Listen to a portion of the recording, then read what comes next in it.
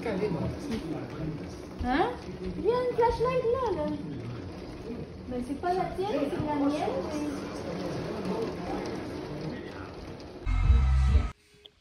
Hi guys, so this is before the strong winds and strong rain started.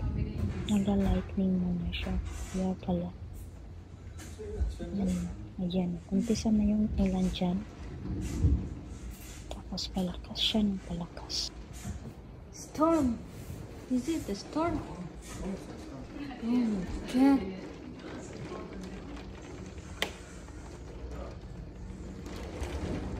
Look at that.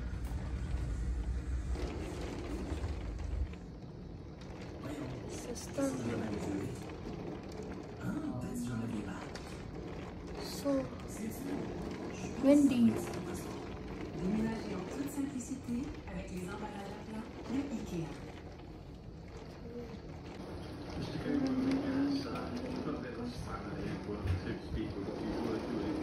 Okay, pakita ko kayo sa inyo dyan. Ayun po. Hugas na hugas yung ano. Ay, goodness. Naglinis ang sasakyan ng bukas. Ah, may lightning pa siya. And then the winds are very strong. It's in Quebec here. I don't know, in Montreal it's also like that, but here it's in Saint-Jean-sur-Richelieu, 45 minutes from Montreal, or in Montérégie region, and it's like that. My goodness. Diyan ko na lang yan. Yan. Ano po sa inyo yun?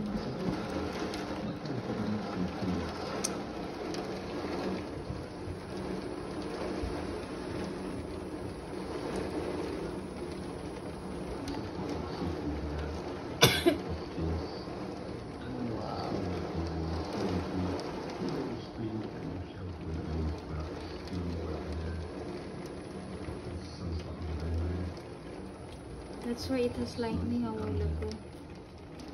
Oh, another one lightning. Oh my god.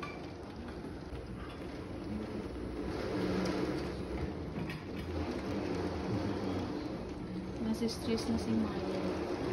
Dahil ano, yung pump. Ano, ang lakas kasi ng ano. Yung water pump. Yeah.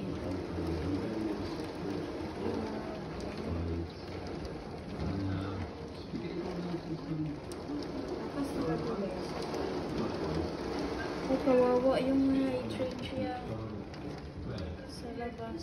Kakabulaklak ko lang naman. Yan.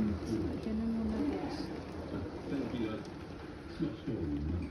Lakas talaga ng ulan. Kasi first time, this is my first time experience this strong rain and wind.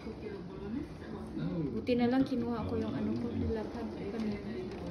Kasi kung hindi, mababasa yun at lilipat. Kasi lakas ng hangin. So that's it for all guys.